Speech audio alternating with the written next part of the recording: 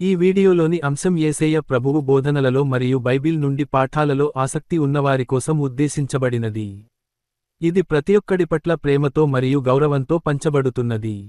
ఇతర మతస్థుల భావాలను దెబ్బతీయడం లేదా బాధించాలనే ఉద్దేశం లేదు. ప్రతివారిని ఓపెన్ హార్ట్తో వీక్షించమని మరియు పాల్గొనమని ఆహ్వానిస్తున్నాము.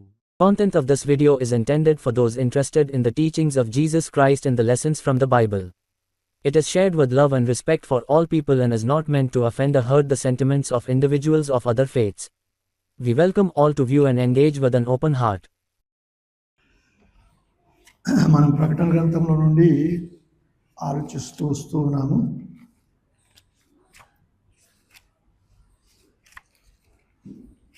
మన పౌరత్వము పరలోకములో ఉన్నది. ఆ మాట ఎల్లప్పుడూ జ్ఞాపకం చేసుకుందాము. మన పౌరత్వము పరలోకంలో ఉన్నది. మనం భూమి మీద ఇంకా ఆయన కృప చేత నడుస్తున్నాము ఉండగా ఆయన ఏమంటూ ఉన్నాడు, అక్కడ నుండి మన రక్షకుడైన ప్రభువైన యేసుక్రీస్తు రానయ్యున్నాడు. ఆయన రాకడ కొరకు మనం కనిపెట్టుకొని ఉందాము. ఇది ఫిలిప్పీలకు రాసిన పత్రిక 3:20లో ఉంది. ఆయన వచ్చినప్పుడు మన దీన శరీరమును ఆయన మహిమగల శరీరమునకు సమరూపమైన గానిగా చేస్తాడని ఫిలిప్పీలను ఆనంద పత్రికలో హెచ్చరిస్తూ ఉన్నాడు. యోహాను ఆత్మవశుడై మనం ప్రతిసారి ప్రారంభంలో వింటూ వస్తూ ఉన్నాము. ఎలాగూ ఉన్నది లేక యేసుక్రీస్తు ప్రభువును ఎలాగో ఆయన దర్శించినాడో, ప్రభు దినాన యేసుక్రీస్తు ప్రభును ఆయన సాక్షాత్తుగా మహిమా స్వరూపిగా చూచినాడు. అంతేకాక ఆ దినాలలో ఉన్న సంఘాలలో పరిస్థితులను ఆయన ఒక్కొక్క దాన్ని తేటపరిచినాడు. ప్రభు అయిన యేసుక్రీస్తే తేటపరిచినాడు. ఆ తర్వాత ప్రాముఖ్యంగా ఇంకా జరగబోయే వాటిని 6వ అధ్యాయం నుండి 19వ అధ్యాయం వరకు ఆ ప్రియునికి ప్రత్యేకంగా చూపబడినట్లు మనం చూచినాం. ఇవి పౌలుకు కూడా తెలియపరచబడిందని 2వ పత్రిక కొరింథీయులకు రాస్తూ పౌలు అన్నాడు 12వ అధ్యాయంలో. కానీ ఆయన ఎందుకో ప్రభువు యొక్క కృపను ఇంకా కనుక్కోవాలని దేవుని యొక్క ఏర్పాటు చేత సాతాను యొక్క ముల్లే తన శరీరంలో ఉంచబడి ఉన్నదని గ్రహించి నెమ్మదిపరచబడినాడు. దానియేలుకు కూడా కనపరచబడిన నీవు ముద్రించమని చెప్పినాడని మనం ప్రతిసారి వింటూ వస్తున్నాం. అయితే యోహానుకు వివరించమన్నాడు. 4-5 అధ్యాయాలలో ప్రకటన గ్రంథంలో ఆరాధన చూస్తూ ఉన్నాం. ఎలాగూ 3వ అధ్యాయంలో సంఘం ఎత్తబడింది. సంఘం అంటే యేసుక్రీస్తు ప్రభు అని, మన పాప విమోచనకు ఆయన రక్తమే ఆధారమని, పరిశుద్ధాత్మ చేత పాపమునకై ఒప్పింపబడిన వారు నమ్మినప్పుడు వారు ప్రత్యేకింపబడిన వారు నేరుగా సంఘము ఎత్తబడినప్పుడు వారు ఎత్తబడుతూ ఉన్నారు. 3వ అధ్యాయం ఆఖరులో. 4వ అధ్యాయంలో యోహాను ఆత్మవశుడై పైకి పిలువబడినాడు. ఇక చూస్తూ ఉన్నాడు. జరగబో వాటిని పరిశుద్ధాత్మ చూపించడం మాత్రమే కాక మనకు ఆయన పిల్లలుగా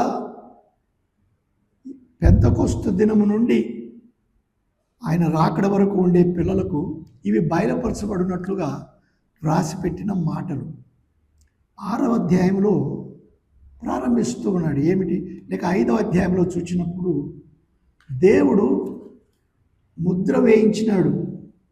ఏమిటి? ఈ లోకమునకు యేసు ప్రభు అని ఒప్పుకొనని వారికి, ప్రాముఖ్యంగా యూదులకు ఏ శిక్ష వారు పొందనై ఉన్నారు. ఆ శిక్ష ముద్రింపబడిన గ్రంథంగా ఉందని, ఆ ముద్ర విప్పబడి దాన్ని ప్రయోగించాలి, దాన్ని వాడాలి. ఎవరు వాడతారు?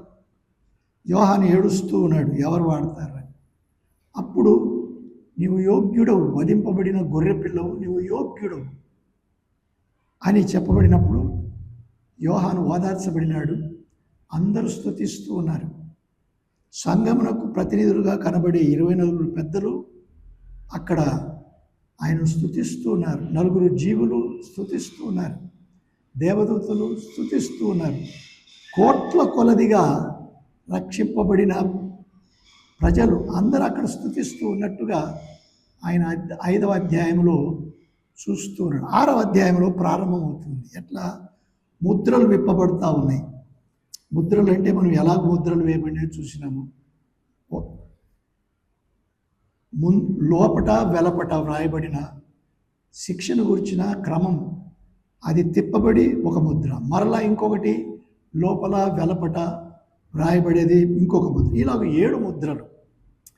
సరే, మనం మొదట 5 ముద్రల సంగతి కొంత తేటగా చూసినాం. అంతేకాక 7 ముద్రలు ఉన్నాయి, 7 బూరలు ఉన్నాయి, 7 ఉగ్రత పాత్రలు ఉన్నాయి. 7 సీల్స్, 7 బూరలు 7 ట్రంపెట్స్, 7 ఉగ్రత పాత్రలు 7 వయల్స్. ఇవి అన్ని 7 సంపూర్ణంగా మనుషునికి కలగబోయే శిక్ష. ఏ మనుషునికి? క్రీస్తు ప్రభు నమ్ముకుని వారికి కాదు, నమ్ముకొనని వారికి. యూదులు అబ్రాహాం సంతానమని గర్విస్తూ యేసు ప్రభువును మెస్సీగా తృణీకరించి మాకొద్దు నువ్వు అన్నందుకు శిక్షింపబడి ఆ నిత్యరాజ్యానికి యోగ్యత పోగొట్టుకున్నారు. కానీ దేవుడు తన మహాకృప చేత, మనం రోమీలకు రాసిన పత్రిక 11వ అధ్యాయంలో చూచినట్లు, ఆయన తిరుగా ఈ శ్రమల కాలంలో కూడా ఆయన దాన్ని తేటపరుస్తుంది. శ్రమల కాలం ఎన్ని సంవత్సరాలు విన్నాము? 7 సంవత్సరాలు. 3.5 సంవత్సరాలు శ్రమలు, మిగతా 3.5 సంవత్సరాలు మహాశ్రమలు. ఈ 7 బూరలు కూడా ఎట్లా కనపడుతున్నాయంటే, అంటే ఎన్ని 7 సంఖ్యలు, 4 + 3, 4 + 3, 4 + 3 అన్నట్టుగా ఉన్నాయి. ఏంటి అర్థం అంటే, 4 చూచినప్పుడు ఒక విధంగా ఉన్నాయి, 3 చూచినప్పుడు మరి వేరు విధంగా శిక్షను లోకం పొందుతూ ఉంది. ఉదాహరణగా మనం చూచిన 4 గుర్రాల మీద 4 జీవులు రమ్ము లేక పొమ్ము అని చెప్పినట్టుగా చూచినాం. తెల్లటి గుర్రము, మోసపుచ్చే గుర్రము మీద కూర్చున్న ఒకడు కిరీటం ధరించినాడు, కానీ అది యేసు ప్రభు ధరించే కిరీటము కాదని గ్రీక్ భాష గురించి మనం విన్నాం. అది ఏదో పోరాటంలో గెలిచిన వాడే కానీ మరణాన్ని గెలిచిన వాడు కాడు అని విన్నాం. వాడు విల్లును పట్టుకున్నాడు కానీ అంబులు లేవు. ఈలాగున వాడు వచ్చి అందరినీ మోసపుచ్చుతూ ఉన్నాడు. ఎలాగూ? క్రీస్తు విరోధిగా, నేను క్రీస్తుననే చెప్పుకుంటూ ఉన్నాడు కానీ విరోధిగా వస్తున్నాడని తెల్లటి గుర్రం మీద ప్రారంభిస్తూ ఉన్నాడు. ఇది ఎవరు పొమ్మన్నారు? మొదటి జీవి లేక దేవుని చేతనే పంపబడుతున్నాడు. వినండి, ఈ శ్రమల కాలంలో కూడా ప్రభు కృపాకాలంలో మత్తయి సువార్త 24వ అధ్యాయంలో చెప్పినాడు, నేనే క్రీస్తునని పలువురు వస్తారు. ఎవరితో చెప్పినాడు? శిష్యులతో చెప్పినాడు, యూదులకు వినిపించినాడు. జాగ్రత్తగా ఉండండి అంటే అంతవరకు ఉన్నా కూడా అందులో కొందరు అప్పుడు గ్రహించుకుంటారు, కొందరు, కానీ అందరూ గ్రహించరు. ఆ తర్వాత మనం చూసినాం ఎర్రటి గుర్రము, యుద్ధాలు. ఎక్కడ చూసినా యుద్ధాలు ఇప్పుడే చూస్తూ ఉన్నాం, కానీ శ్రమకాలంలో జరగబోయే యుద్ధము, ఇక్కడ యుద్ధము లేదు అనడానికి లేదు. భూకంపాలు కూడా చూసినాం. ఇవన్నీ ప్రభువైన యేసుక్రీస్తు మత్తయి సువార్త 24వ అధ్యాయంలో తేటపరిచినాడు. ఆయన దేవాలయం దిగి వచ్చి వీడు ఎప్పుడు జరుగుతాయని శిష్యుని అడిగినారు. అవి జరుగుతాయి, కానీ ఇవన్నీ ముందు గుర్తులు జరగాలని ఇప్పుడు జరుగుతూ ఉన్నాయి. ఆ తర్వాత నల్లటి గుర్రం మీద వచ్చిన ఒకరిని చూస్తూ ఉన్నాం. మరణము, ఎక్కడ చూసినా మరణము, క్షామము, మరణం, ఇలాగ చూస్తూ ఉన్నాం. ఆ తర్వాత పాండుర వర్ణము గల లేక పీల రంగనండి, బూడిద రంగండి, మనం అటువంటి గుర్రం మీద ఒకడు వస్తూ ఉన్నాడు. వాడు వచ్చినప్పుడు ఈవెన్ మృగాలు వెంటాడి చంపుతాయని విన్నామండి. ఎలాంటి మృగాలని విన్నాము? ఎవరికైనా జ్ఞాపకం ఉందా? Solam, you didn't sleep in the night, it looks like that. Don't dream. ఎవరు చెప్పండి, ఎలాంటి మృగాలు? ఏవి? అవి ఒక ఉదాహరణగా మన క్రూర మృగాలే, కానీ ఏమని విన్నాము? ఈవెన్ ఎలుకలు అని విన్నాము. వినలేదా?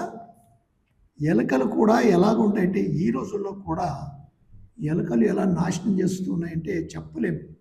ఈ జానన్న చెప్పేటోడు అవి ఏ బ్రదర్ అడవి పందులు కదా, వాటిని ఏమంటారు తెలుగులో? అడవి పందేనా? అవి ఇక్కడ అవి వాటిని చూడలేదు కానీ పొలాలు నాశనం చేస్తాయి. అమెరికాలో, చైనాలో వారు బాధపడుతూ ఉన్నారు, ఎకరాలు నాశనం చేస్తాయి. అది ఇప్పుడు జరుగుతూ ఉన్నది. కానీ ఒక రోజు రానయ్యున్నాయి ఈ మృగాలు మనుషులను కూడా తుడిచివేస్తాయి. ఇది ఎప్పుడు ఆ 4వ గుర్రం. ఎందుకు నేను ఇవన్నీ చెప్తా ఉన్నానంటే మళ్ళీ మనం జ్ఞాపకం చేసుకుందామని. 5వ గుర్రం వచ్చినప్పుడు, గుర్రం కాదు, 5వ ఏమంటారు శిక్ష వచ్చినప్పుడు మనం చదువుకున్నాం 5వ దానిలో ఎలాగూ సంహరింపబడిన ఆత్మలు అంటే అంతకుముందే చంపబడినారు, వారు బలిపీఠం క్రింద ఉండి నాదా మాకెప్పుడు తీర్పు తీరుస్తాం. దీనిలో ఒక ప్రార్థన మనం నేర్చుకున్నాం. ఏం ప్రార్థన? స్టెఫను చంపబడినప్పుడు ఈ నేరం మీద వీరి మీద మోపకము అని ప్రార్థన చేసినాడు. అది నీవు నేను ఈ రోజున కూడా ఇతరుల కొరకు ప్రార్థన చేయాలి. మానవ స్వభావంలో మనం పగబెట్టుకుంటాం, పగబెట్టుకుంటాం. కానీ ఆ రోజుల్లో ఇక పరిశుద్ధాత్ముడు లేడు కనుక వారు ఏం ప్రార్థన చేస్తున్నారు? ఎప్పుడు వీరిని శిక్షిస్తావా నువ్వు అంటూ ఉన్నారు. అప్పుడు ప్రభు అంటూ ఉన్నాడు, ఆయన కొంత ఆగండి, ఇంకా మీతో చేర్చుకొనబడేవారు ఉన్నారు, ఇంకా కొందరు చంపబడి మీతో చేర్చుకొనబడవలసిన వారు ఉన్నారు అని 5వ దూత లేక 5వ ముద్ర విప్పబడినప్పుడు అని చూచాం. 6వ ముద్ర విప్పబడినప్పుడు భూకంపం కలిగిందని, సూర్యుడు కంపించినాడని, నలుపైనాడని ఇలాంటి మాటలు కొన్ని చదువుతూ అందులో ఆకాశం నుండి నక్షత్రాలు కూడా రాలుతాయి. ఉల్కలని విన్నాము, కొన్నిటిని చూచి ఉంటాం మనము. అవి ఇలా కనపడతాయని అలా కాదు, నేరుగా భూమి మీదకే వస్తాయని విన్నాం. అక్కడ ఒక మాట మనం విందాము, అది నేను అంత వివరించి చెప్పలేదు కానీ 15, 17 ఒక దయచేసి చదవండి. 6వ అధ్యాయం 15, 17. భూరాజులను, ఎవరెవరు? భూరాజులను, గనులను, సహస్రాధిపతులను, ధనికులను, బలిష్ఠులను, ప్రతి దాసుడును, ప్రతి స్వతంత్రుడును, కొండ గుహలలోను, బండల సందులోను దాగుకొని. వీరంతా ఎవరైనా విడబడినారు అన్నట్టుగా. భూరాజులు మొదలుకొని సామాన్యుని వరకు వారు దాక్కుంటూ ఉన్నారండి. ఎప్పుడు? 6వ ముద్ర విప్పబడినప్పుడు. ఎందుకు? ఇవన్నీ చూస్తూ ఉన్నారు. మనం ఇక్కడ ఒక స్వార్థలాగా విన్నాం కనుక యేసు ప్రభు అని, యేసు క్రీస్తును ఈ కృపాకాలంలోనే రక్షకునిగా మనం అంగీకరించడము ఎంత ఉచితమైనది, ఎంత న్యాయమైనది. మాకు వద్దు ప్రభువా, రేపు చూసుకుంటాము, మళ్ళీ రేపు చూసుకుంటాము అనే సమయం పోగొట్టుకుంటే మనము ఆ రోజున బ్రతికి ఉంటేనే, బ్రతకకపోతే మరి అన్నిటికీ స్వార్థ వినలేము, తీర్పులోని తీసుకొని పోబడతాం. ఇక్కడ వారు ఏం చేస్తూ ఉన్నారని విన్నాం బాబు. అక్కడ బండ సందులో దాగుకున్నారు. ఏం చేస్తూ ఉన్నారు? ఎవరు దాక్కుంటారు? దొంగలు దాక్కుంటారు. ఇంకా దొంగలు దాక్కుంటారు, ఇంకా పాపం చేసిన వారు దాక్కుంటారండి. చిన్నపిల్లలు తప్పు చేస్తే తల్లిదండ్రుల ఎదుట దాక్కుంటారు. పెద్దలు తప్పు చేస్తే ముఖం తిప్పుకొని పక్కకు పోతారు. అవునా కాదు? న్యాయంగా చెప్పండి. తప్పు చేసిన వారు ధైర్యంగా ముఖం చూపలేరు. మొట్టమొదటి ఎవరు జ్ఞాపకం వస్తారు మీకు? ఆదాము. వారు ఏం చేసినారు? పాపం చేసి ఏం చేసినారు? దాక్కున్నారు. ఆదామా కనపడటం లేదు, దేవునికి కనపడలేదా? కనపడినాడు కానీ దేవుడు చూపబోతున్నాడు, నువ్వు దాక్కుంటూ ఉన్నావని. ఆయన కనుదృష్టికి నువ్వు దాచుకోలేవు, నేను దాచుకోలేను.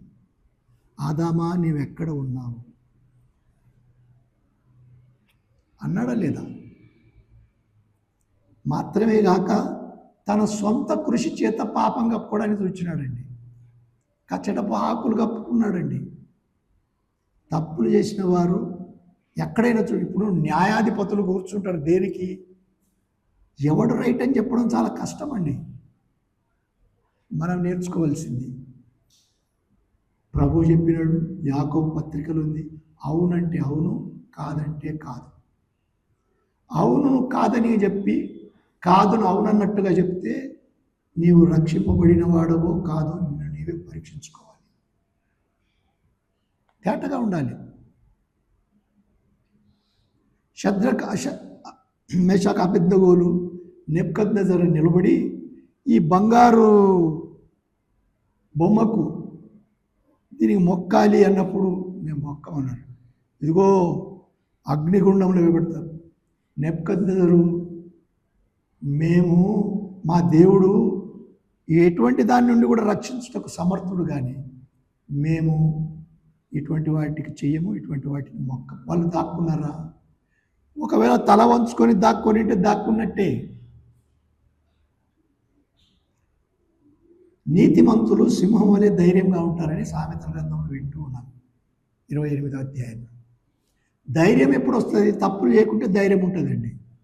తప్పులు చేసిన వారికి ధైర్యం ఉండదు. నువ్వు నాలుక తిప్పి ఎంత అబద్ధమాడినా కూడా నీకు ధైర్యం రాదు. నీవు ధైర్యం పొందాలి అంటే పాపం. అలాగే దేవుని సన్నిధిలో కూడా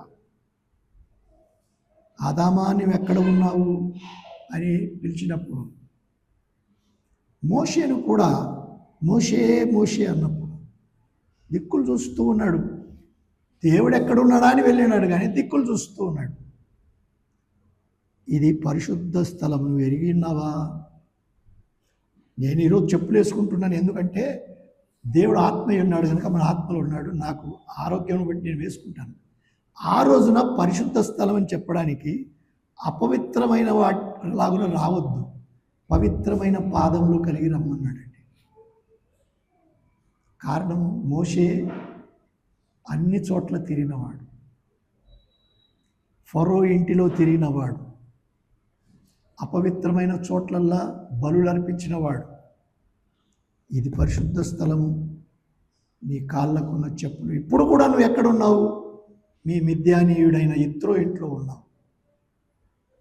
ఆయన యాజకుడు. మోషే అవును ప్రభు అన్నాడు. దిగి వచ్చినప్పుడు దద్దరిల్లిపోయినాడండి. సరే, ఇవన్నీ ఎన్నో ఉదాహరణలు మనం చెప్పుకోవచ్చు.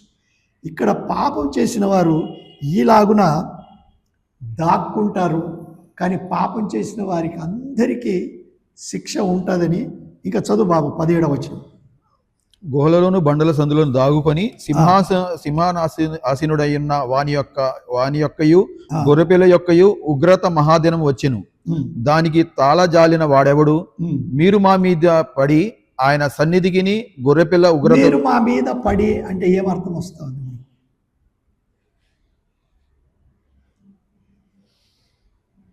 మీరు ఎవరేదో చెప్తా ఉన్నారు. ఏం బాబా? మీద పడమంటే ఎందుకు? మేము చచ్చిపోతాం, మేము బ్రతకలేము, మాకు ఈ బ్రతుకు వద్దు. కొన్నిసార్లు ఎవరి గురించి ఎందుకు చెప్పాలండి, భార్య భర్తల గురించి చెప్తాం. కొట్లాడితే అరే చాలా అయిపోయింది, నాకు మరణం అయితే బాగా. ఐ సలం యు ఆర్ లాఫింగ్, నాకు చాలా అయిపోయింది ఈ బ్రతుకు కంటే. అంటారా లేదా సామ్యుయల్? అందరూ అంటూ ఉంటారండి, వీళ్ళు కూడా అంటూ ఉన్నారండి. ఏ పర్వతాలారా మా మీద పడండి అంటూ ఉన్నారు. ఎందుకు మేము బ్రతక ఇష్టపడటం లేదు? ఎందుకు? ఒక మాట చదువుదాము, 14వ వచనం చదువు బాబు. మరియు ఆకాశమండలము చుట్టబడిన గ్రంథము వలనై తొలగిపోయెను. ప్రతి కొండయు ప్రతి ద్వీపమును వాటి స్థానములు తప్పెను. అంటే ఏంటి? కొండలు కదులుతూ ఉన్నాయా లేదా? కదులుతున్నాయి. అరే అట్లెందుకు పోతారు? మా మీద వచ్చి పడమంటున్నారు. మా ఇసకి శిక్ష చాలా అయిపోయింది, మా మీద పడండి. వీడితో పోరు నేను పడలేను, దీనితో పోరు నేను పడలేను. నెమ్మది ఎక్కడ ఉంది? కానీ వారు ఏం చేయలేదో ఏం చేసినారో చూద్దాం. చూడండి ఆ చదువు బాబు. మీరు మా మీద పడి ఆయన సన్నిధికిని గొర్రెపిల్ల ఉగ్రతకును మమ్మను మరుగు చేయుడి అని పర్వతములతోనూ. మమ్మల్ని మేము దాచిపెట్టుకోవడం చూస్తున్నాం, కానీ మాకు చేత కావడం లేదు. ఇప్పుడు న్యూక్లియర్ ఆయుధాలు అని చెప్పి కొండలలో లోపల పెడితే శాటిలైట్ ద్వారా చూస్తున్నారండి. ఎక్కడ పెట్టుకున్నారు ఏంటి? వీడెక్కడ దాక్కున్నాడు, వాడెక్కడ దాక్కున్నాడు అయినా కనుక్కుంటూ ఉన్నారు. కానీ వీళ్ళు ఏం చేస్తున్నారు? అవన్నీ చాలా మీరేమన్నా దాచుతారేమో మనం దాచండి. ఈ ప్రార్థనలు చూడండి, తప్పు చేసి దేవుని దగ్గరికి రావాలా కానీ బదులుగా మేము దాక్కుంటాం. యథార్థవంతుల ప్రార్థన. ఏలియా ఎందుకు మన వంటి సామాన్య స్వభావం గలవాడే, ఎందుకు దేవుడు ఆయన ప్రార్థన విన్నాడు? ఒకటి విశ్వాసం, రెండవది యథార్థత. ఏలియా నువ్వు పలాని విధవరాలు ఇంటికి పోవాలంటే, అరే ఎవరు ఆమె సారేపోతారు, వేరే గ్రామం కదా, ఎందరో లేరా యూదులు, లేదు అక్కడికి పో. అక్కడికి పోయినట్టు చూస్తే ఆమెకు అంత ఎముకలే ఉన్నట్టున్నాయి, కట్టెపట్టుకొని లేక పుల్లలు ఏరుకోవడానికి వచ్చిందట. ఎందుకమ్మా నన్ను దేవుడు పంపినాడంటే ఏదో కారణం ఉంటుంది ఈమె దగ్గర.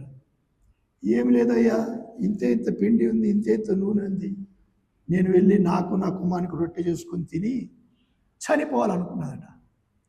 అరే అయితే బాగుంది, దేవుని దీవెన రావాలా, ముందు నాకు అన్నాడా లేదా? ఎందుకు? విశ్వాసం. నువ్వు చస్తే చచ్చినావు నాకు పెట్టమన్నాడా? లేదు. నీకు మేలు కలుగుతుంది, నాకు మేలు. మరుగు చేసుకోలేదండి. కనుక దేవుడు చెప్పినాడు, నువ్వు పోయి వర్షం కురవదని చెప్పమంటే చెప్పినాడు. ఇప్పుడు వర్షం కురిపించాలంటే ప్రార్థన. అరే నేనేమో రుబాబుగా చెప్పి తిని కానీ ఇప్పుడు వర్షం రావాలంటే, ఒరే దాసుడా ఏమన్నా కనపడుతుంది? ఏం కనపడడం లేదు సార్. మరలా ప్రార్థన చేస్తున్నాడు. కాళ్ళ మధ్యన తన తల పెట్టుకున్నాడంటే నేను వంగలేను, కానీ ఆయన అలా వంగినాడండి. మనిషి అంతా ముద్దయిపోయినాడు. మరలా ఇప్పుడైనా ఏమన్నా 7 సార్లు ప్రార్థన చేసినప్పుడు అరచేయి మాటుకు కనబడి మేఘాలు వస్తూ ఉన్నాయి. సరే, ఎన్నో ఉదాహరణలు మనకు లేకపోలేదు, కానీ వీరేం చేస్తూ ఉన్నారు? మా మీద పడి ఆయన సన్నిధికిని గొర్రెపిల్ల ఉగ్రతకును మమ్మను మరుగు చేయుడి అని పర్వతములతోనూ బండలతోనూ చెప్పుచున్నారు. ప్రభువా మా తప్పులు క్షమించమని ప్రార్థన చేసిన వారు కారు. ప్రభువా మా తప్పులు క్షమించం. మనం కూడా ఎప్పుడైనా అధిక దుఃఖంలో ఉన్నప్పుడు ప్రార్థన చేస్తామా? పరీక్షించుకొని చూడండి.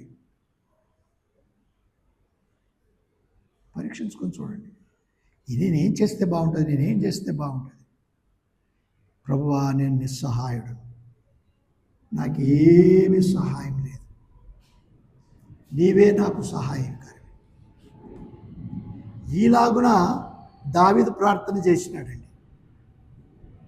కొండలలో ఉండి ప్రార్థన చేసినాడు, అరణ్యంలో ఉండి ప్రార్థన చేసినాడు, వెంటాడుచూ ఉన్న శత్రువుని బట్టి ప్రార్థన చేసినాడు. మనము అది ప్రార్థన యొక్క అంశం అని చూస్తూ ఉన్నాం. ఇక్కడ ఇంతకుముందు ఒకసారి చూసినాం. ఇంకా ఇది అపోస్తుల కార్యములు 2వ అధ్యాయం 21వ వచనం చూడండి. ఏది మంచిదో చూద్దాం. అప్పుడు ప్రభువు నామమును బట్టి ప్రార్థన చేయు వారందరూ ప్రభువు నామమును బట్టి ప్రార్థన చేయు వారందరూ రక్షణ పొందుదురు అని దేవుడు. అసలు యోవేలు ప్రవచించిన మాటలు పేతురెత్తి మాట్లాడుతూ ఉన్నాడండి. అప్పుడు ప్రభువు నామమును బట్టి ఎందరూ ప్రార్థించుదురు వారు అందరూ రక్షణ పొందుదురు. అప్పుడు వారు అన్నారు, అయ్యా రక్షణ పొందుటకు మేమేమి చేయమని. మనకు కూడా బుద్ధి వచ్చినప్పుడు, తప్పిపోయిన కుమారుడు బుద్ధి వచ్చినప్పుడు, నా తండ్రి ఇంట ఎంతో కావలసినంత ఉంది, ఎందరో ఉన్నారు, నేను వాళ్ళ ఒక సేవకునిలాగా ఉంటాను అనుకున్నాడండి. వద్దు వద్దు వద్దు వద్దు, నీవు నా కుమారుడవు. ఎవరైనా ప్రార్థన చేసినట్టు ఉందా? లేదు. అంతేగాక మరలా చదువుకున్న ఆ వచనాలు 9:20 చదవండి. 9వ అధ్యాయం, అదే ప్రకటన గ్రంథము 9:20లో కూడా 9లో ఈ దెబ్బల చేత చావక, ఇక్కడ 6వ దూత మనం అక్కడ చూస్తాము. చదువు బాబు. ఈ దెబ్బల చేత చావక మిగిలిన జనులు దయ్యములను చూడను వినను నడువను శక్తి లేనివై. ఈ మాటలు చూడండి ఎలా ఉన్నా. ఏమన్నారు? దయ్యములను చూడను వినను నడువను శక్తి లేనివై బంగారు వెండి కంచు రాయి కర్రలతో చేయబడిన తమ హస్తకృతములు చేతితో చేయబడిన విగ్రహములు పూజింపకుండా విడిచిపెట్టినట్లు మారు మనసు పొందలేదు. వాటిని అంటే పూజిస్తూ ఉన్నారు కానీ మారు మనస్సు లేదు. అయ్యా ఎన్నోసార్లు మనం విన్నామండి. లూకాసు వార్త 18 అధ్యాయంలో సుంకరి ఆకాశ వైపునకైనను కనులెత్తుటకు ధైర్యం చాలక రొమ్ము కొట్టుకొనొచ్చు. దేవా పాపినైనా నన్ను కరుణించమన్నాడు. మరొకడు పరిసయుడు అతిశయపడుచు వీని వంటి వానుగా నేను లేననుకున్నాడండి. అయితే యేసు ప్రభు అన్నాడు, అతడు వీనికంటే నీతిమంతుడుగా తీర్చబడ్డాడు. ఇక్కడ మనం చూస్తూ ఉన్నామండి, ఏమని? మారు మనసు పొందలేదు అని విన్నాం. గతసారి కూడా మనం విన్నాం ఈ మాటలు. 16వ అధ్యాయంలో కూడా చదువుదాం. త్వరగా చదవాలి, నేను ఇంట్రడక్షన్లో చాలా టైం తీసుకుంటూ ఉన్నాను. 9వ వచనం. కాగా మనుషులు తీవ్రమైన వేడిమితో కాలిపోయి ఈ తెగుళ్ళ మీద అధికారం గల దేవుని నామమును దూషించిరి ఆ గాని. మాట చూడండి, ఈ తెగుళ్ళన్నీ ఎవరి ద్వారా వస్తూ ఉన్నాయి? ఎందుకు వస్తూ ఉన్నాయి?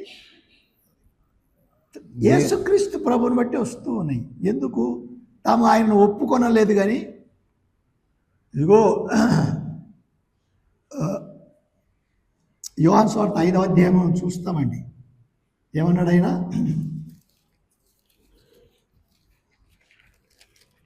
నన్ను పంపిన వాని యందు విశ్వాసం ఉంచు ప్రతి వాడును 24 ఆ మాట విని నన్ను పంపిన వానిందు విశ్వాసముంచేవాడు నన్ను పంపిన వాని యందు విశ్వాసముంచేవాడు నిత్య జీవము గలవాడు. నిత్య జీవము గలవాడు. వాడు తీర్పులోనికి రాక. ఏమిట్లోకి రాడట? తీర్పులోనికి రాక. యేసు ప్రభువు అప్పుడే చెప్తున్నాడు, ఇప్పుడు కూడా ఆ మాటలు చెల్లుతాయండి. వాడు తీర్పులోనికి రాక మరణంలో నుండి జీవములోనికి దాటి ఉన్నాడు, నుండి జీవములోనికి దాటి ఉన్నాడని మీతో నిశ్చయంగా చెప్పుచున్నాడు. నిశ్చయంగా చెప్పుచున్నాడు. ఈ విగ్రహాలు చెప్తాయా? ఈ రాళ్ళు చెప్తాయా? ఈ సర్పాలు చెప్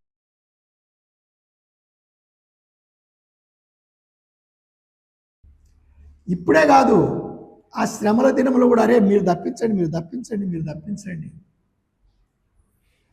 అయితే మారు మనస్సు లేదు అని చూస్తూ ఉన్నామండి. ఇంకొక మాట కూడా చదువుదాం చూడండి, 16వ అధ్యాయంలోనే 11 కదా ఇప్పుడు చదివేది, కాదా? 9 చదువు. 11 కూడా చదువు. తమకు కలిగిన వేదనను బట్టి పుండ్లను బట్టి పరలోకమందున దేవుని దూషించిరి గాని తమ క్రియలను మాని మారు మనసు పొందిన వారు కారు. మారు మనస్సు పొందిన వారు కారు. 21వ వచనం. ఐదేసి మనుగుల బరువు గల పెద్ద వడగండ్లు ఆకాశం నుండి మనుషుల మీద పడెను. ఆ వడగండ్ల దెబ్బ మిక్కిలి గొప్పదైనందున మనుషులు ఆ దెబ్బను బట్టి దేవుని దూషించిరి. దేవుని దూషించిరి. చదువు చదువు. దేవుని దూషించి, సరే, దేవుని దూషిస్తూ ఉన్నారండి. చాలాసార్లు నేను చెవులారా విన్నానండి. ఏదైనా దుఃఖము, ఇంటిలో చావు వచ్చినప్పుడు, ఏం దేవుడయ్యా, నన్ను సొంతంగా చెప్పుకోవడం మంచిది కాదు. ఎందరో చెప్తారు, ఇదంతా వచ్చిందంటే మీరు ఎందుకు ఈ దేవుడిని ఇలా చేస్తారు? మీ దేవుడు ఏం దేవుడయ్యా? అయ్యో ప్రభువా, నీ చిత్తాన్ని గ్రహించుట సామాన్యం కాదు. ఇప్పట్లో, ఇంకా అప్పట్లో ఎంతో దూషిస్తారండి. ఇవన్నీ అపవాది ఎదురు అప్పుడు కూడా విడవకుండా చూస్తూ ఉన్నాడండి. సరే, ఇప్పుడు మన పాఠానికి వస్తాము. 8వ అధ్యాయము లేక 7వ అధ్యాయం చదవండి. మనం ఇక్కడ కూడా కొన్ని చూడాలి. 7వ అధ్యాయం 9వ వచనం త్వరగా. అటు తర్వాత నేను చూడగా ఇదిగో ప్రతి జనములో నుండి ప్రతి మాట బాబు, ఇక్కడ నేను చూడగా 7వ అధ్యాయము 1వ వచనంలో ఒక మాట చదువు. అటు తర్వాత భూమి యొక్క 4 దిక్కులలో 4 దేవదూతలు నిలిచి ఉండి భూమి మీదనైనను సముద్రం మీదనైనను ఏ చెట్టు మీదనైనా గాలి వేచకుండునట్లు భూమి యొక్క 4 దిక్కుల వాయువులను పట్టుకొని ఉండగా చూచితిని. చూస్తూ ఉన్నాడండి. చూపించువాడు, దేవుని పక్షమున ఎక్కిరమ్మని పిలిచినవాడు, చూచువాడు యోహాను మన పరమున చూస్తూ ఉన్నాడు. ఎట్లా? ఆత్మవశుడై. నేను చెప్పిన, నేను ఊహించి గ్రహించిన కొద్దీ ఆయన శరీరంలో లేడు. ఏలియా వంటి వారు ఎలా పోయినారో మనకు తెలియదు. అందుకే పౌలు కూడా అన్నాడు, నేను ఎట్లా పోయినా నాకు తెలియదు అన్నాడండి. ఆయన చూస్తూ ఉన్నాడు. మొట్టమొదట ఒక గుంపును చూచినాడు, రెండవసారి మరొక గుంపును చూస్తూ ఉన్నాడండి. 2 గుంపులు. మొదటి గుంపు ఎవరు? మొదటి గుంపు అంతా 1,44,000 మంది. ఎవరు వీరు? యూదులలో నుండి ప్రత్యేకింపబడిన వారు. ఎందుకు ప్రత్యేకింపబడిన వారు? ఇప్పుడు మీరు లోకమంతటిలోకి, అప్పుడు పేతురు, యోహాను, యాకోబు వారందరికీ చెప్పినాడు, మీరు లోకమంతటి వెళ్ళి చెప్పమన్నాడండి. ఇప్పుడు కూడా తరుణం ఇస్తున్నాడు, మీరు ఇశ్రాయేలీలోకి చెప్పండి మొదట, అంతేకాదు అంతటా వెళ్ళి చెప్పమన్నాడండి. ఇక్కడ 144,000 మంది 11వ అధ్యాయంలో చూసినప్పుడు 2 సాక్షులను చూస్తూ ఉన్నామండి. సరే, ఇప్పుడు అది మనకు అవసరం లేదు. కానీ వీరందరి చేత దేవుడు నిత్యరాజ్య స్వార్థం చెప్తున్నాడు. కృపా స్వార్థ కాదు, నిత్యరాజ్య స్వార్థ. ఏమిటి? మెస్సియాను రక్షకుని మీరు అంగీకరించాలి.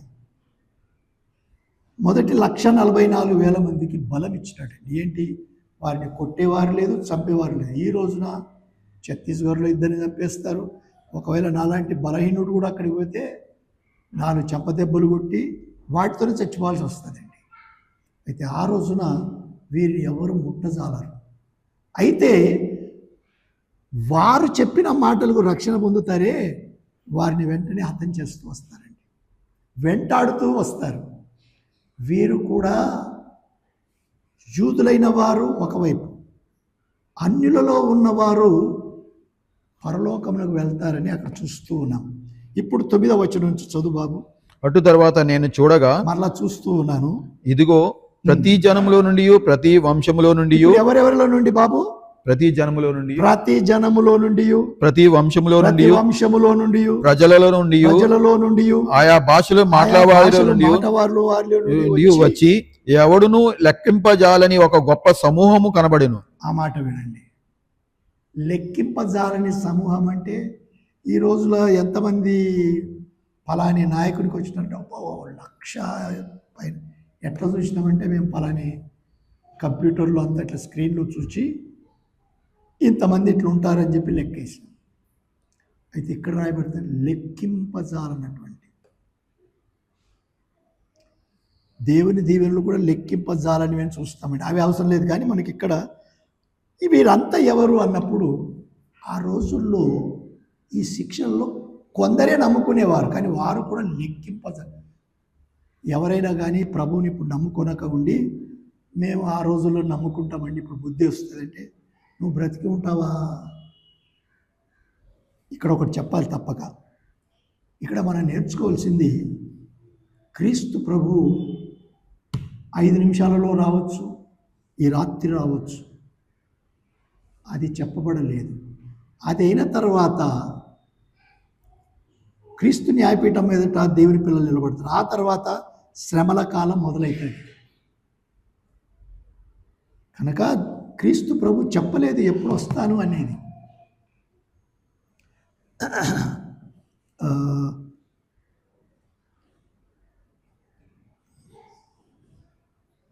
ఆ పాట వస్తుందా? అర్ధరాత్రి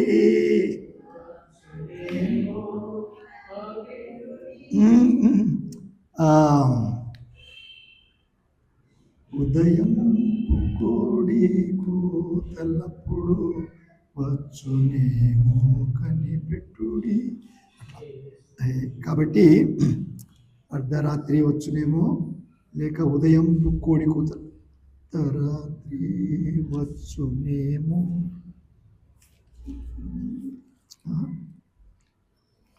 మార్క్స్ వార్తలో చూస్తాను. ఆ పాట తీయగలుగుతారా? లేకపోతే యేసు శీఘ్రముగా వచ్చును అనే మాట. ఆయన అర్ధరాత్రి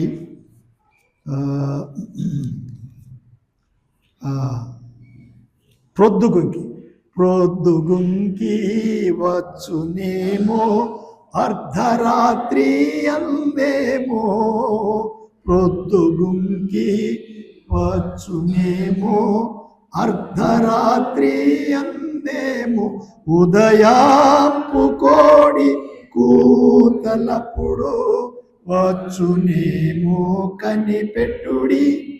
యేసు శీఘ్రముగా వచ్చు, ఆశతో కనిపెట్టుడి. మీరాశతో కనిపెట్టుడి. పొద్దుగుంకి వస్తాడు, అర్ధరాత్రి వస్తాడు, ఉదయంపు కోడి కూతలప్పుడు వస్తాడు. మార్క్స్ వార్తలు ఉంది ఆ మాట, అది చూసి మనం పాట పాడినాం.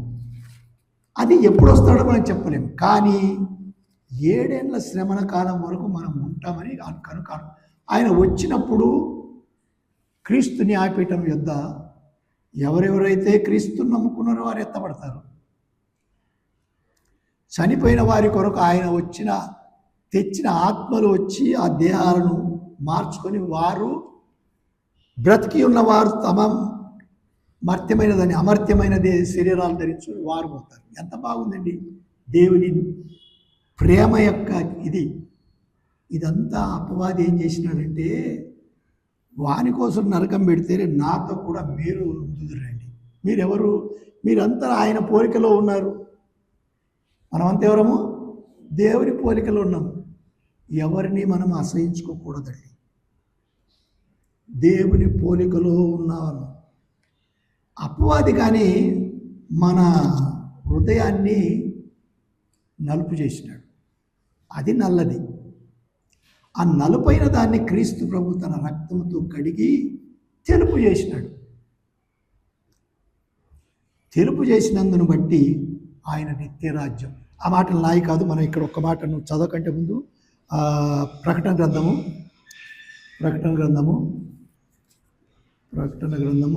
7వ అధ్యాయంలో ఉన్నాం కదా బాబు. 7వ అధ్యాయము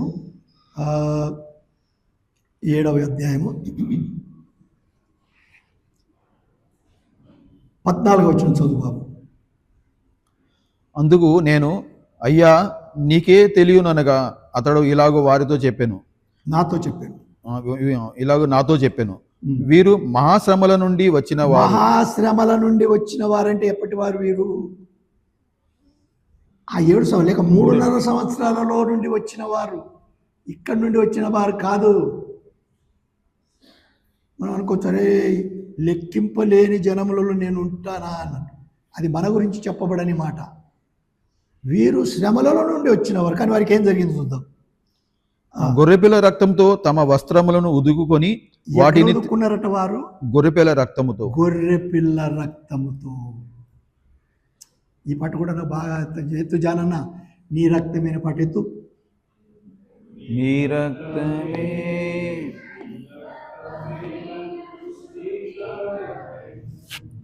నీ రక్తం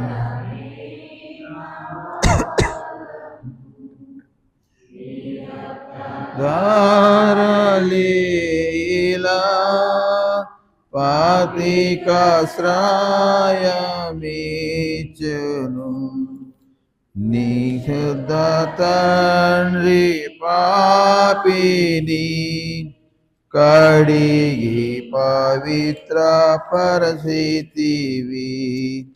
పరిశుద్ధ తండ్రి పాపిని కడిగి పవిత్ర పరిస్థితివి.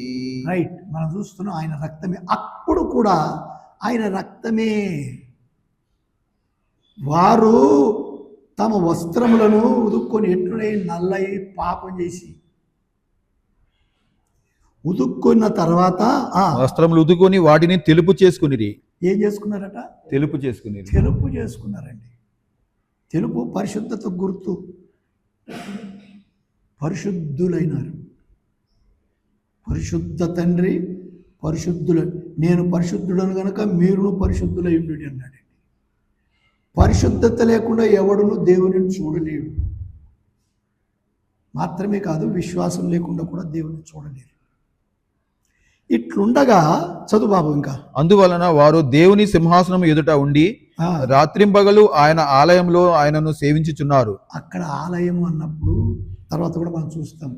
దేవుని సన్నిధిలో మనం చూసినాం. ఆయన సింహాసనాసీనుడు, మేఘధనస్సు లేక ఇంద్రధనస్సు అని చూసినాం. ఆ ధనస్సు, దేవదూతలు, 4 జీవులు, 24 పెద్దలు ఎట్లా ఉన్నారు. మళ్ళీ అక్కడ ఒక గాజు సముద్రం లాంటి ఎడబాపు. ఇవన్నీ అట్లుండగా వీరు పాడుతూ ఉన్నారండి, కొనియాడుతూ ఉన్నారు. నేను ఏదో వింటూ ఉండగా మోషే కీర్తన అన్నారు. అది మనం తర్వాత చూద్దామండి. కానీ ఇప్పుడే జ్ఞాపకం వస్తూ ఉంది. ఎట్లుంది? వీరు ఎప్పుడు ఈ మోషే కీర్తన పాడినారు? అవురా? వీరు ఆ ఎర్ర సముద్రం దాటిన వెంటనే తంబురలు తీసుకున్నారు. వైపు అక్క మిరియాము ఆడవారిని ఏమన్నారు? యెహోవాను గానము చేసేదము ఏకముగా మనకు రక్షకుడాయనే, ఆయన మహిమ పాడెదము, ఆయనను వర్ణించెదము. ఆయనే దేవుడు మనకు, యెహోవాను గానము. ఈ పాట తంబుర మీద లేక వీణెల మీద లేకపోతే గిటార్ మీద లేకపోతే హార్మోనియం మీద పడితే ఎట్లుంటుంది? ఈ పాట? మనం కూడా ఇది పాడడానికి దేవుడు ఆయన భద్రపరిచి పెట్టినాడు, మనకు రాగం కూడా ఇచ్చినాడండి. మనం పాడుతూ ఉన్నాం, పరవశలమై పాడుతూ ఉన్నాం. వారు ఎర్ర సముద్రం దాటి పడినారు, నీవు నేను పాపం నుండి విమోచింపబడి యేసు ప్రభు రక్తంలో కడగబడిన వారమై గానం చేస్తున్నాం. ఇక్కడ కూడా వీళ్ళు ఏం చేస్తున్నారు చూద్దాం. చూడండి 7వ అధ్యాయము ఇంతవరకు మరలా చదువు బాబు. 9వ వచనం త్వరగా. అటు తరువాత నేను చూడగా, ఇదిగో ప్రతి జనంలో నుండి, ప్రతి వంశములో నుండి, ప్రజలలో నుండి, ఆయా భాషలు మాట్లాడు వారిలో నుండి వచ్చి ఎవడనూ లెక్కింపజాలని ఒక గొప్ప సమూహం కనబడెను. వారు తెల్లని వస్త్రములు ధరించుకున్న వారై ఖర్జూరపు మట్టలు చేత పట్టుకొని సింహాసనము ఎదుటను గొర్రె పిల్ల ఎదుటను నిలువబడి సింహాసీనుడైన మా దేవునికి గొర్రె పిల్లకును మా రక్షణకే స్తోత్రమని మహాశబ్దంతో ఎలుగెత్తి చెప్పిరి.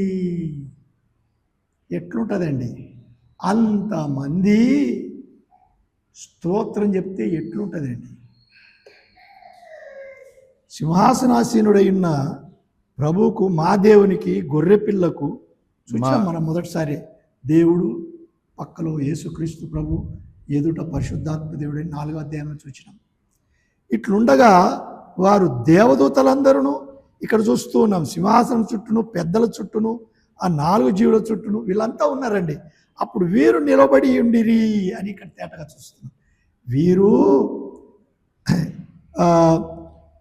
ఇలా చెప్పినప్పుడు ఆ మాట చదువులే బాబు. వారు సింహాసనం ఎదుట సాష్టాంగ పడి ఆమేన్, యుగ యుగముల వరకు మా దేవునికి స్తోత్రమును, మహిమయు, జ్ఞానమును, కృతజ్ఞత, స్తుతియు, ఘనతయు, శక్తియు, బలమును కలుగును గాకని చెప్పుచు దేవునికి నమస్కారం చేసిరి.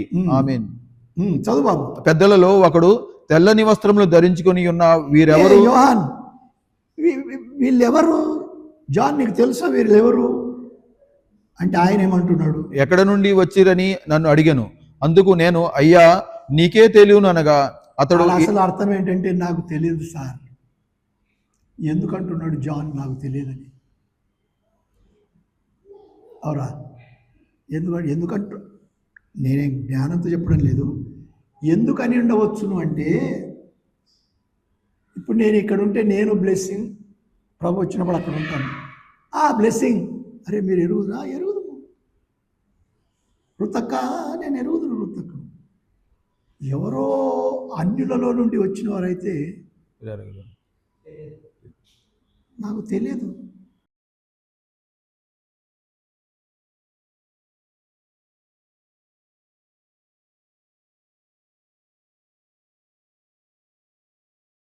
యోహాను సువార్త 7వ అధ్యాయంలో చెప్పినాడు, ఎవడైనా దాహంగా ఉంటే నా దగ్గరికి రమ్మన్నాడండి. యెషయా గ్రంథం దప్పికొనిన వారులారా నా ఇద్దరికి రమ్మన్నాడు. ఎందుకు? నేను మీలో పారెడి నీటి బుగ్గని ఆ సమరయ స్థితితో చెప్పినాడు. జీవజలములు ఉబ్బికి పారుతాయని చెప్పినాడండి. అదే మాట ఇక్కడ నెరవేరుతా ఉందండి. ఆయన మాటలో పొల్లైనా తప్పిపోదు, ఆయన మాటలో ఏది నెరవేరకుండా పోదు. ప్రతిదీ నెరవేర్చబడుతుంది. అది హిందీలో బాగా పాట ఉంది కానీ రాదనుకుంటాం మీకు. అవునకి ఎవరికి అధూరి నైరైతా అని చెప్పేది ఇది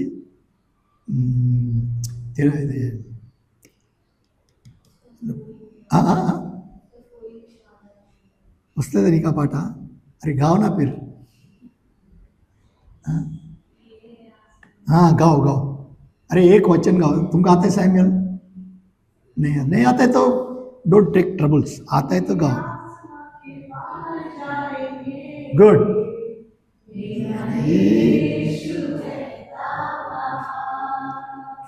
वीरे आसमां से यार जाएंगे, मेरा यीशु रहता।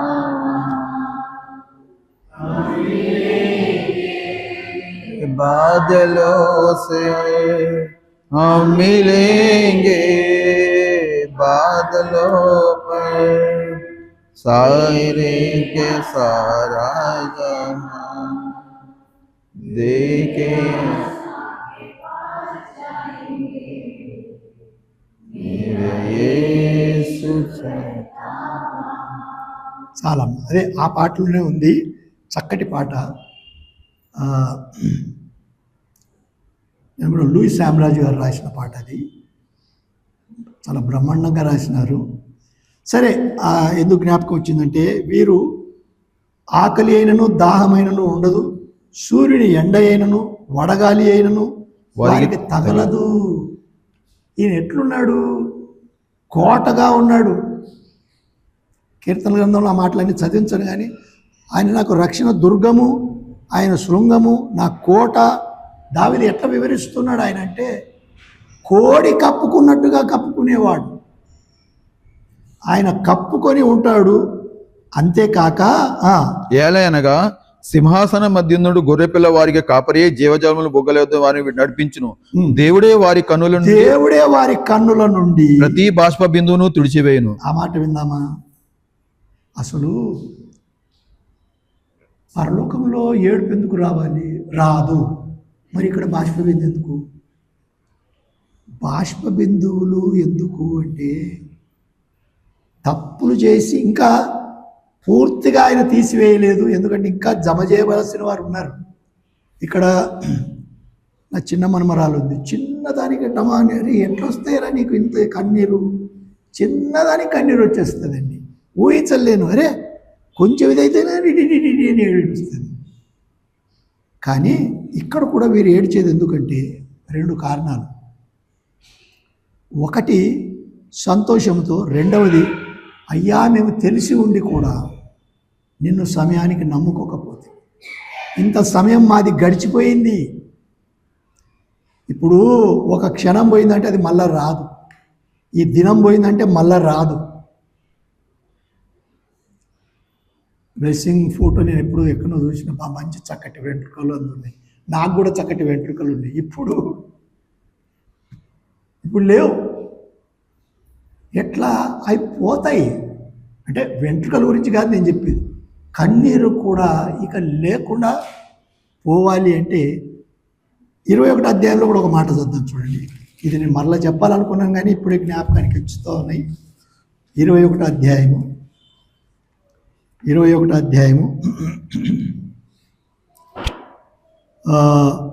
వచనం చదువు బాబు. ఆయన వారి కన్నుల ప్రతి బాష్ప బిందువును తుడిచివేయును. కూడా చెప్పబడతా ఉంది, ప్రతి బాష్ప బిందువు అంటే ఏడ్చే కన్నీరు. ఇది మారు మనసు ఉంటే వస్తుందండి. అయ్యా ప్రభువా, నిన్ను ఎరిగి ఉండి నీవు దేవుడవని తెలిసి ఉండి నా జ్ఞానాన్ని వాడుకుంటే, నేను బుద్ధిహీనుడను అయ్యా అంటే అప్పుడు ఏమొస్తుంది? నిజమైన దుఃఖానికి ఏడుపు వస్తుంది. అప్పుడు ఆయనే అసలు లాజరు చనిపోతే యేసుక్రీస్తు ప్రభువే ఏడ్చెను, కన్నీళ్లు గార్చినాడండి. ఎందుకు? ఆదామా నువ్వు నా మాట వినక పాపం చేస్తే చూడు, ఇప్పుడు అందరికీ మరణము, ఎంత దుఃఖము. ఈ ఎడబాబు తప్పక మరణం పొందాలి మీరు. కానీ ఆ రోజు ఇక ఏమి కానై ఉన్నది అని చెప్తా ఉన్నాడు. చదువు బాబు, ప్రకటన 21వ అధ్యాయంలో. ఆయన వారి కన్నుల ప్రతి బాష్ప బిందును తుడిచివేయును, మరణం ఇక ఉండదు. ఏంటి? మరణం ఇక ఉండదు. ఎప్పుడు తుడిచివేస్తాడు? ఇప్పుడు మన బంధువులే కానిపోయినా, మన ఆప్తులే కానిపోయినా, కొన్నిసార్లు తెలిసిన వారే పోయినా, కన్నీరు వస్తుందండి, రాక కాదు. కన్నీరు రావడంలో తప్పేం లేదు. కానీ ఒకరోజు మరణమే ఉండకపోతే ఇంకెక్కడి నుంచి వస్తుంది? ఎందుకు రావాలా కన్నీరు? ప్రతి బాష్ప బిందువును తుడిచివేస్తాను, మరణం ఉండదు. దుఃఖమైనను ఏడుపైనను దుఃఖమైనను ఏడుపైనను వేదన అయినను ఇక ఉండదు. ఇది ఏంటి ఈ మాటలు? ఆ రాజ్యము కొరకు, ఆ రాజ్యము కొరకు నేను ఎదురు చూస్తున్నాను. మనం ఎదురు చూస్తూ ఉన్నామా? లేక ఇక్కడనే నేను బ్రతుకుతా ప్రభువా, నాకు ఇదే బాగుంది, ఇక్కడనే ఉంటా నేను, నాకు ఇదే బాగుంది. అందుకే పౌలు కొలస్సీలకు రాస్తూ 3:1 అన్నాడు, మీరు క్రీస్తుతో కూడా లేపబడిన వారైతే పైనున్న వాటిని వెదకుడి, అక్కడ క్రీస్తు దేవుని కుడిపార్శ్వమున ఆసీనుడై ఉన్నాడు. పైనున్న వాటి మీదనే కానీ భూ సంబంధమైన వాటి మీద మీ మనసు పెట్టుకొనకుడి, ఎలా అనగా మీరు మృతి పొందితిరి, మీ జీవము క్రీస్తుతో కూడా దేవుని యందు దాచబడి క్రీస్తుతో కూడా దేవుని యందు దాచబడి ఉన్నది. ఇంకా చదువు బాబమ్మ. ఆయన మనకు జీవమై ఉన్న క్రీస్తు, జీవమై ఉన్న క్రీస్తు ప్రత్యక్షమైనప్పుడు, క్రీస్తు ప్రత్యక్షమైనప్పుడు మీరును ఆయనతో కూడా మహిమయందు ప్రత్యక్షపరచబడుదురు.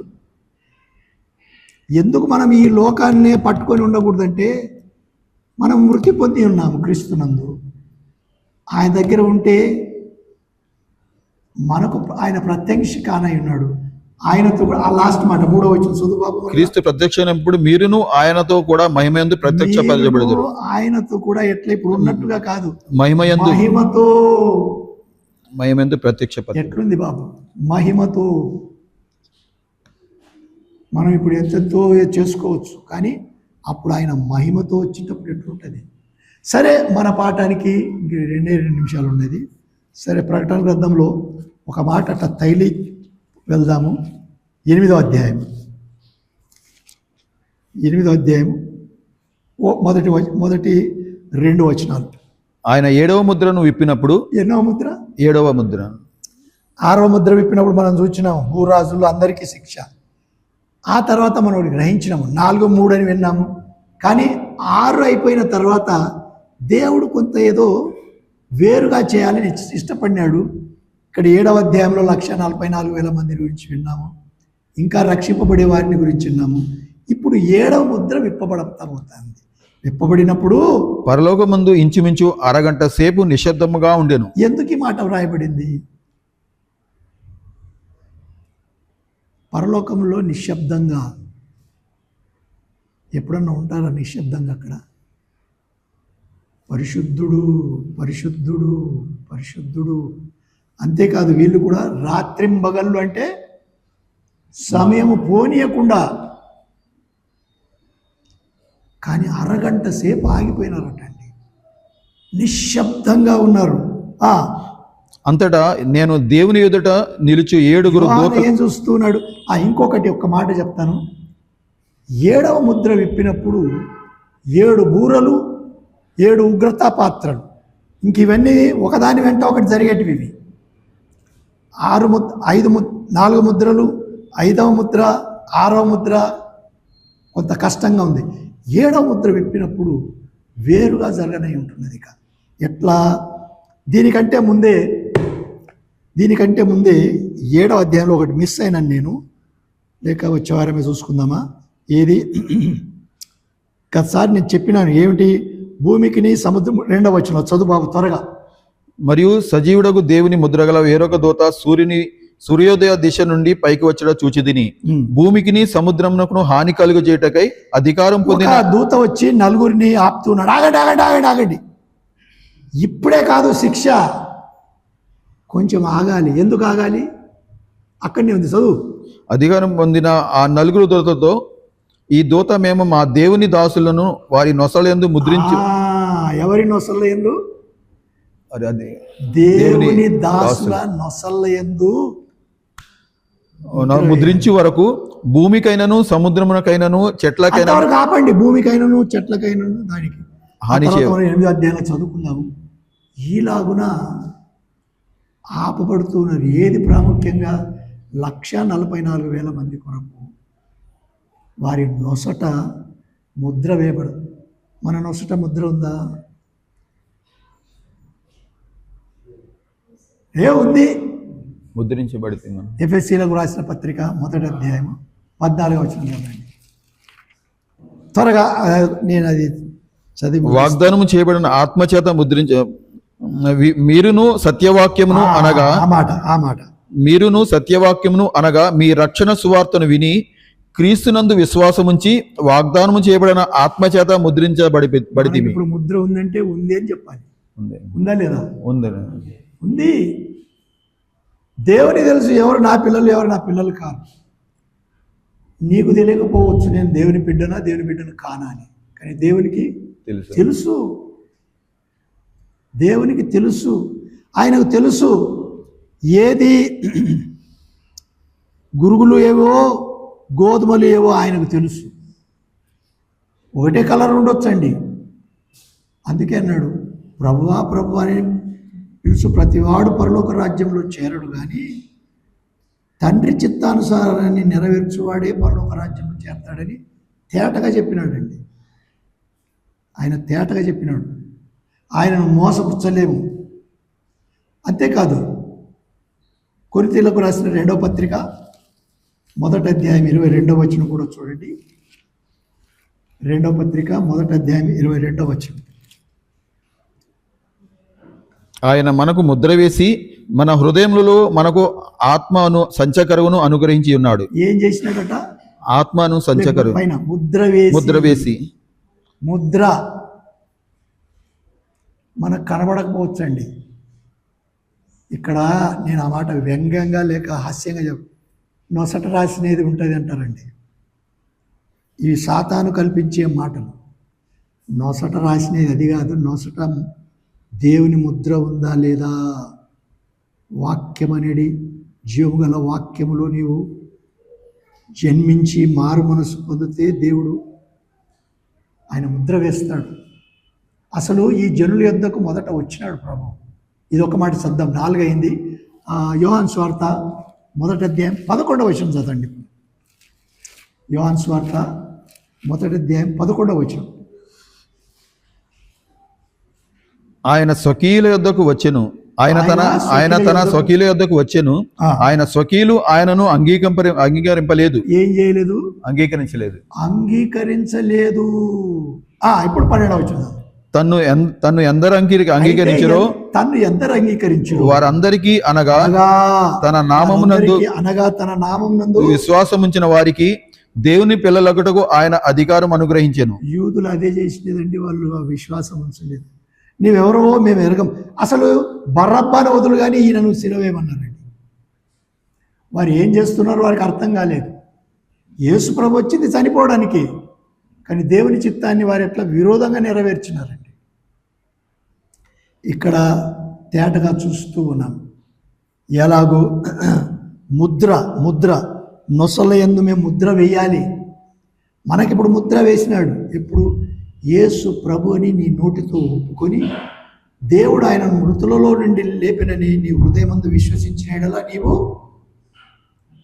రక్షింపబడదు కదా. రోమా 10:9 చూస్తాం. యేసు ప్రభు అలా ఒప్పుకున్నప్పుడు ముద్ర పడుతుంది. టపామని ముద్ర పడుతుంది. ఆటోమేటిక్గా ముద్ర పడింది హృదయంలో నుండి. విశ్వాసం లేకుండా దేవునికి ఇష్టడైనట అసాధ్యము. తన యొద్దకు వచ్చేవాడు ఆయన ఉన్నాడనియు తన్ను అడుగు వారికి ఫలము దయచేవాడనియు నమ్మవలెను.